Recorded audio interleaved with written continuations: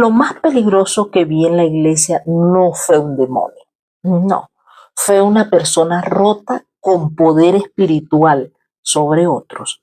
Y sé que esto puede molestar a mucha gente, pero después de años siendo pastora, descubrí algo que me cambió para siempre.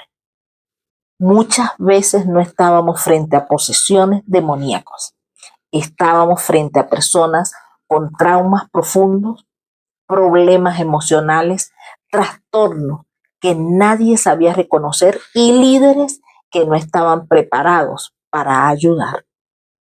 Y mientras todos decían, oremos más, nadie preguntaba, ¿y si esta persona necesita ayuda? Menos miedo, verdades sin dogma.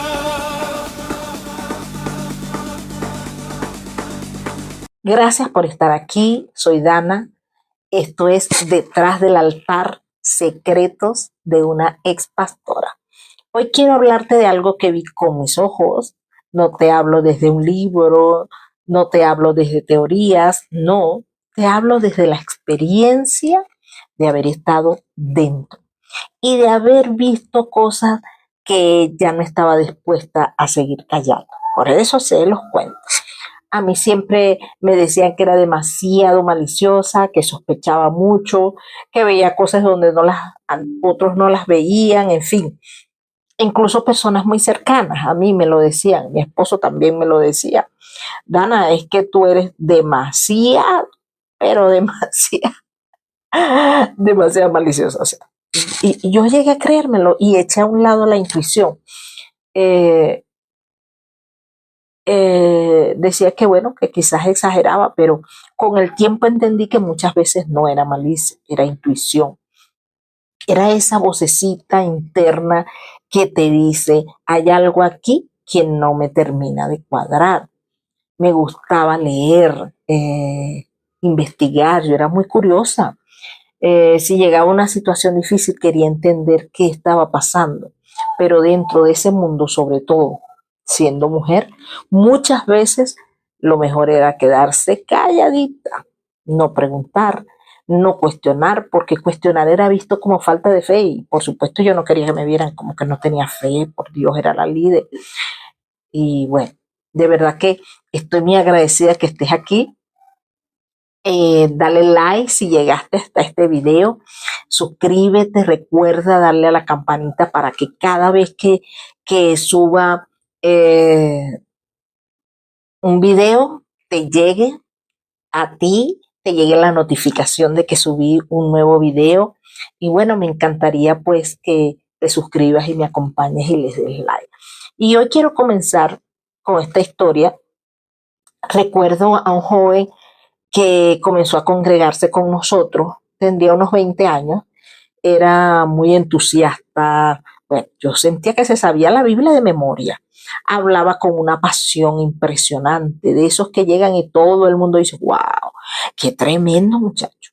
Mi esposo estaba fascinado con él, muchos lo admiraban, pero había algo que a mí me hacía ruido, no sé por qué, no era miedo, no pensaba que estuviera endemoniado, no, simplemente sentía que algo no encajaba ahí. Y, y es que siempre he sido como muy observadora. Hablaba demasiado rápido, saltaba de un tema a otro, su intensidad era extrema y repetía constantemente que quería ser como Jesús, que Jesús era su héroe, o sea, en el mundo religioso pues eso se oye fascinante. Pero yo no sé por qué sentía algo más allá. Pasaron algunas semanas y dejó de asistir. Y un día escuchamos una noticia, nosotros vivíamos en una ciudad donde pues, hay un lago y escuchamos que un joven había intentado caminar sobre el agua porque quería hacer lo mismo que Jesús. Cuando dijeron quién era él. Y aquello me marcó profundamente, porque quizás no estábamos viendo una fe extraordinaria, no, estábamos viendo a un muchacho que necesitaba ayuda especializada y nadie supo verlo. Y bueno, y quienes intentamos tampoco sabíamos nada, porque dentro de muchas iglesias todo tiene una sola explicación. ¿Es un demonio o es extraordinario como veíamos a este muchacho? Pero regularmente falta de oración, le falta ayuno y muy pocas veces alguien se pregunta si esa persona necesita atención profesional. Y ese joven no fue el único. Recuerdo que una amiga me llamó desesperada, su esposo llevaba días sin dormir, hablaba sin parar, estaba acelerado, de pronto estaba eufórico y minutos después lloraba desconsoladamente. Ya había ido donde el evangelistas reconocidos, habían ayunado, habían orado, habían hecho cadenas de oración por él, le habían impuesto las manos y nada cambiaba. Ella me dijo, Dana, te llamé porque confío en ti. Era, digamos que amigas. Me senté a escucharlo. Llegué a la casa de esa persona y me senté a escucharlo y lo observé y luego le dije que para muchos dentro de la iglesia sonaba escandaloso. Te voy a dar el nombre de una psiquiatra. Quiero que lo lleves. Ella me miró sorprendida y le dije, no tengas miedo, los psiquiatras no son del diablo. Y bueno, me hizo caso y lo llevó. Comenzó un tratamiento adecuado y cuando volví a visitarlos una semana después, ella me dijo con lágrimas en los ojos, pastora, volvió mi esposo. Está durmiendo, está tranquilo, está bien. Y pensé, claro, porque no todo es un demonio, no todo es falta de fe, no todo se arregla con ayunar. No, hay personas que necesitan realmente terapia, hay personas que necesitan medicación y eso no las hace menos espirituales.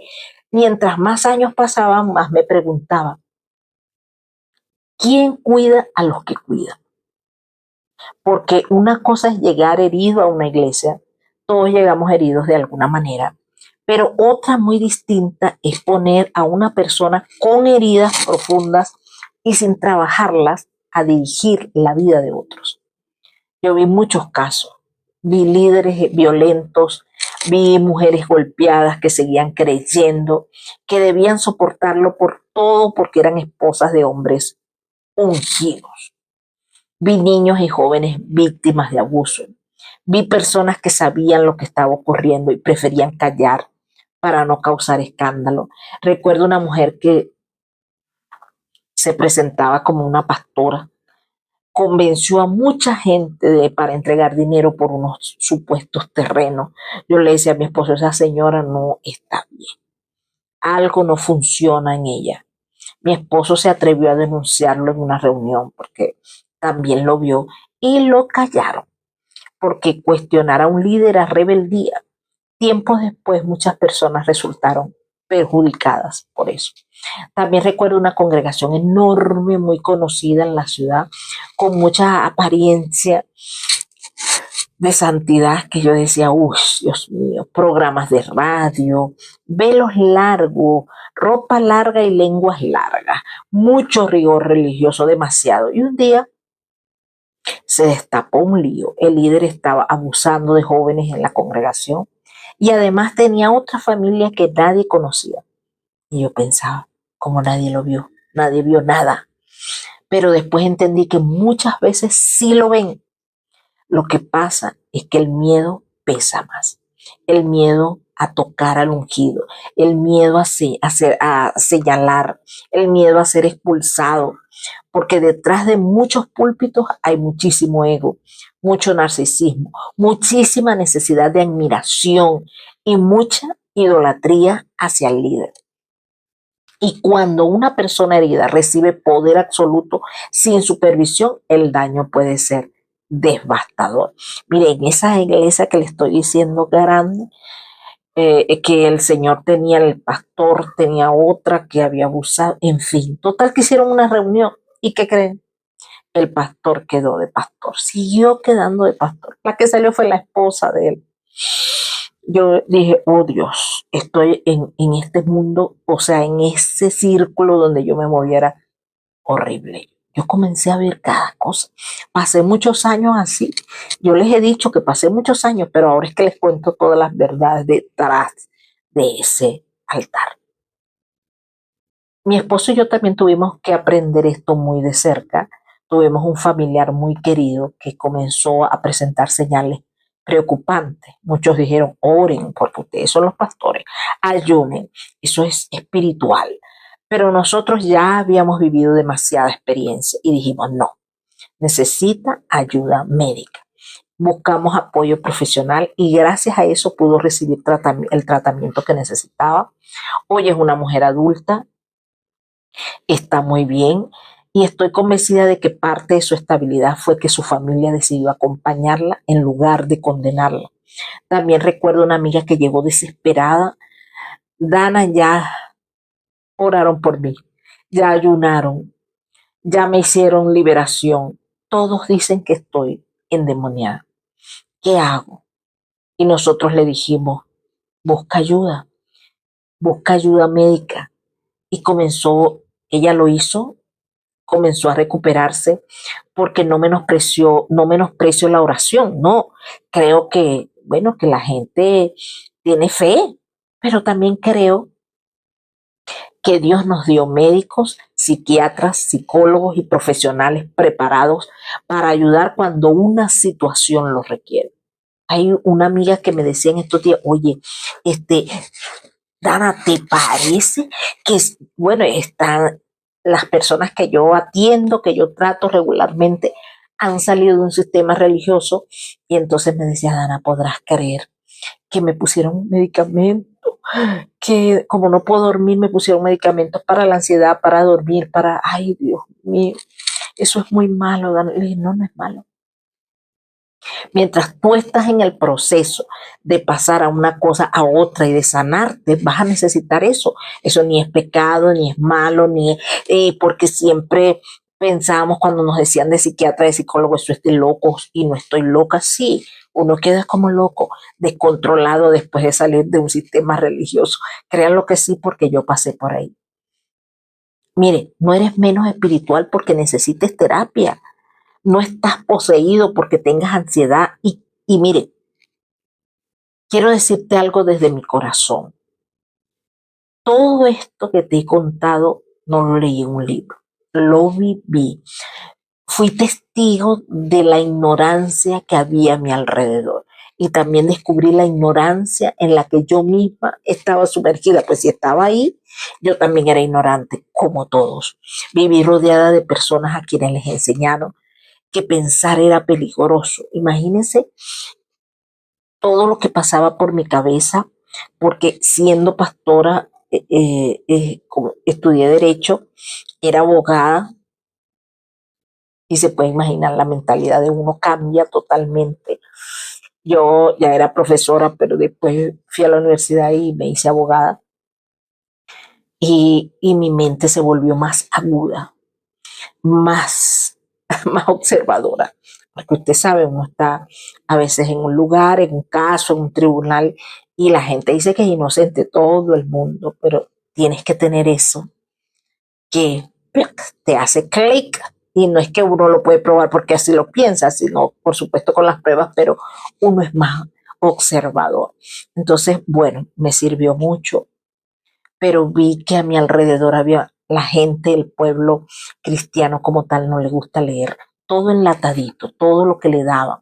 Y yo siempre le decía a la gente que ustedes necesitan estudiar, aprender, o sea, ver de otra manera, porque de verdad que estaban tan acostumbrados a que les dieran la comidita como en la boca, la comidita espiritual. Y eso me hacía un poquito de ruido porque decía, la gente le encanta vivir en su ignorancia. Entonces, la gente piensa a veces que estudiar demasiado era falta de fe, que cuestionar es rebeldía y que era más fácil decir, esto es del diablo. Alguien me escribió hoy y me decía, ay no, usted es una apóstata, usted es una no sé qué. Y yo le dije, pocas veces respondo, pero a esa persona le respondí, yo le dije, te es más fácil decir eso porque tienes miedo, porque no sé qué haces aquí en este, en este chat, pero te es más fácil decir eso que revisar tus creencias. El miedo no te deja así, porque el miedo no deja. Entonces es más fácil, era más fácil decir esto es del diablo. Y de hecho vi un caso acá en Colombia de un pastor que pues abusó de su hijastra y él dice que desde los 9 años ya la veía a la niña como mujer, no como niña.